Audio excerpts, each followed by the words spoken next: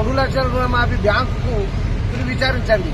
అరే బాబు, ఈ 2 లక్షలు ఈ పైసలు పైసలు మీరు కట్టుకుంటే నేను ఈ 2 లక్షలు మాఫీ చేస్తానని చెప్పి ఇక రేవంత్ రెడ్డి గారు వాళ్ళకి ఇన్ఫర్మేషన్ ఇచ్చి కలెక్టర్ కానీ బ్యాంకు ద్వారా కానీ వాళ్ళకి ఇన్ఫర్మేషన్ ఇస్తే ఈ 2 లక్షలు మీరు చూసుకోండి, కనుమ పైసలు మేము కట్టుకుంటాం. మరి ఇక్కడికి ఎందుకు వచ్చినాం?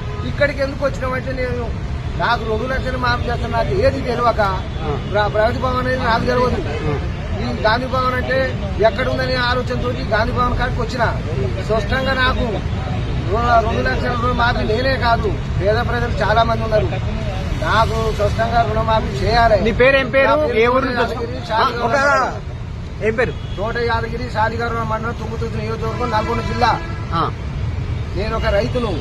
నేను బోనసు స్పష్టంగా 55 క్వింటాల్ 80 కిలోలు అమ్మిన స్పష్టంగా. అయితే దానికి బోనస్ కూడా ఇంతవరకు రాలే.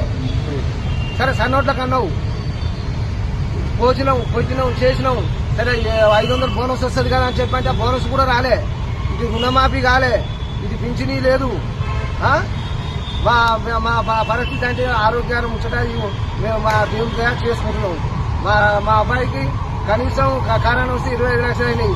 నువ్వు ఎందుకు కట్టలేదు ఈ పైసలు, నువ్వు ఎవరు కట్టలేని అంటున్నావు కదా. అటువంటి ఇబ్బందులు ఉన్నాం కాబట్టి మేము కట్టలేకపోయినాం. మాకు 3 పిల్లలు, అమ్మాయి.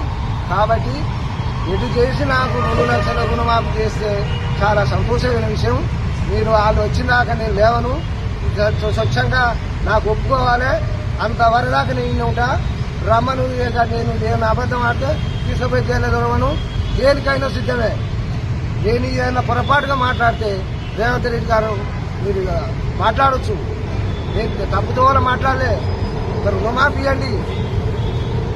ఇప్పుడు బోనస్ అనే ఆలోచన మీకు అందరికీ తెలుసు. మీరు అన్నారు బోనస్ ఇస్తా అన్నారు, దాదాపు మార్కెట్ కొట్టన్నారు. మార్కెట్కి వచ్చినాము, ఆ బోనస్ ఇవ్వ రైతురి, ఈ రుణమాఫీ చేయ రైతురి, నాకు పింఛనీ లేదు. ఇటువంటి ఒక ఆలోచనతోటి మాకు మీరు చేసే సాయం చేస్తే చాలా సంతోషం.